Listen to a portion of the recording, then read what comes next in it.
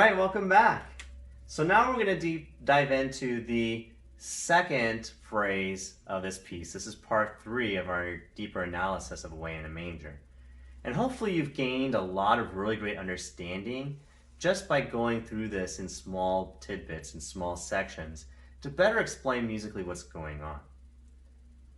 So if you remember, where we left off last is we left off with a half cadence. But we used a 2 chord which as a substitute for the dominant, which typically is not what you do for a half cadence. But the truth of the matter is we were in a minor mode. And we haven't talked about modes yet, we haven't talked about minor keys yet. But I want to let you know that we're in a minor mode here. And what you're going to see happen in this next phrase is we're going to have to snap out of this minor mode to reestablish that, hey, we're not in a minor key, we're in fact in F major, a major key. And you're going to see that happen fairly quickly as we progress forward. So just to recap, I'm going to play the last measure, or last 2 measures of that last phrase. So here we go.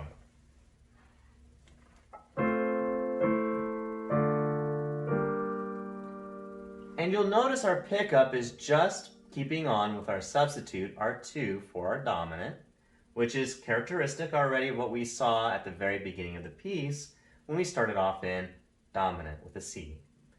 And you're going to see a nice little passing tones to get us firmly still within our 2. So we're staying pretty minor for a while, and that's how we know we're in a minor mode.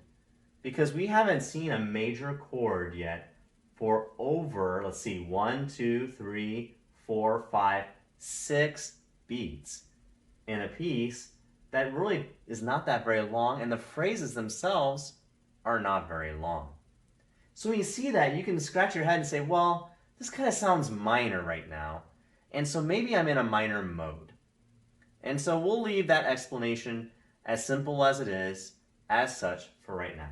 So let's continue that pickup. Here we go. So we're staying in 2, and you're going to see we have a nice little passing tone as we move from this G in the alto, as you see here, down to this F in the second syllable, the second beat of our measure, as we move then to our dominant. And this is really where we need to establish our key and be back in F major once again.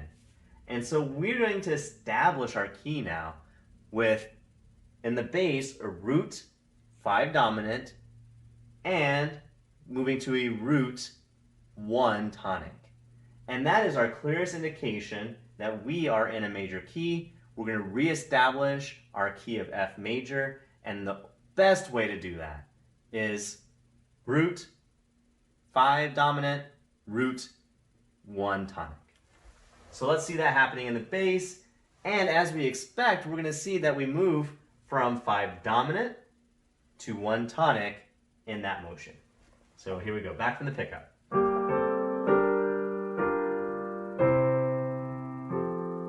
So here we are, if you look at the bass, C, F, that 5, 1, dominant, tonic. And you also see something really nice happening to help smooth that transition and ease us out of that minor through the use of a little bit of dissonance. So you have this really blatant 5, and we can just go right here. But the composer decides not to do that. He decides to enter in with a vice called a suspension. Now, we haven't talked about suspensions yet, and when we look at this, you can argue, well, there's nothing being suspended. The notes are not being held. And as you'll see down here, here's a typical idea of a suspension. You've got notes that are being carried over, and you have this dissonant tone moving to resolve itself.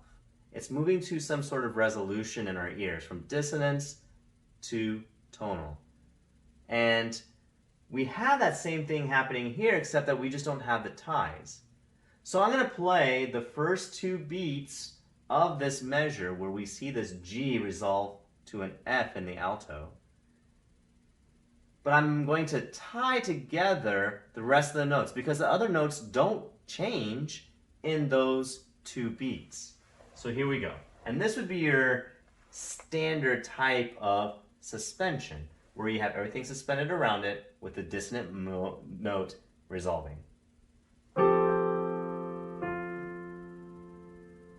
Do you hear that resolving in the alto, that G to an F, that dissonant? And that sounds really nice. So even though we're not seeing those tied together, that's the same thing that's still happening. We're getting that same feeling even though the notes are played and repeated. And you get to hear that in this piece. So we've had this nice little suspension that's happening here with Jesus. So we have,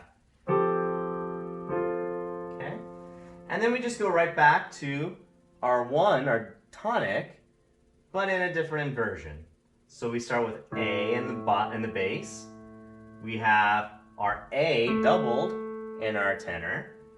We have a C in our alto, and we have the F in the soprano, which moves to an A, which is still part of our FAC chord, just in first inversion. And your tenor is going to swap places with what the soprano is doing. So you have this nice swap here between those two voices. And then we go into our subdominant.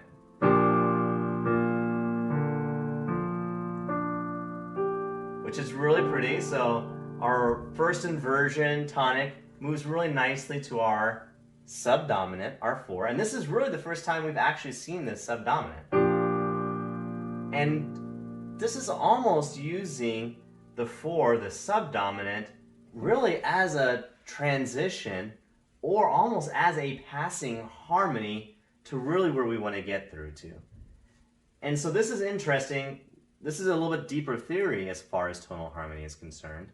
In fact, this is definitely established for a chord, but I want you to hear how laid down his sweet head, how we're really moving this 1 tonic to the dominant, our half cadence, really solidly through the use of the subdominant and through the use of our substitutions with the 2. The 4 really is not very strong here when we really compare this to our movement to our substitute chords for the dominant, our 2. So let's hear this. It's really fascinating how this plays out.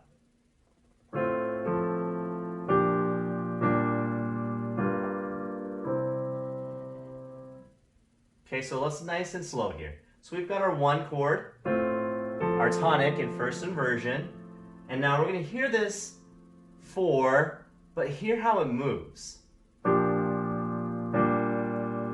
It's almost like, yeah, we're here, but really this is where we want to be here. We're reestablishing ourselves. Whoops, 4, I wanted to go to a 2nd chord in first inversion. And so that's why you can really, from an ear standpoint, from a composer standpoint, you can almost say, wow, so that 4 is really more just a transition, just moving into a substitution chord. We're just really moving tonic to dominant again.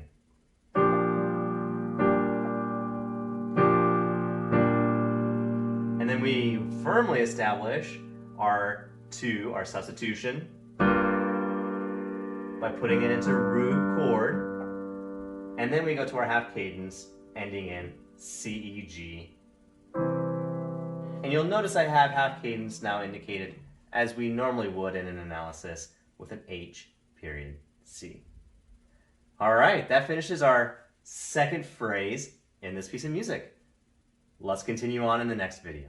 See you then.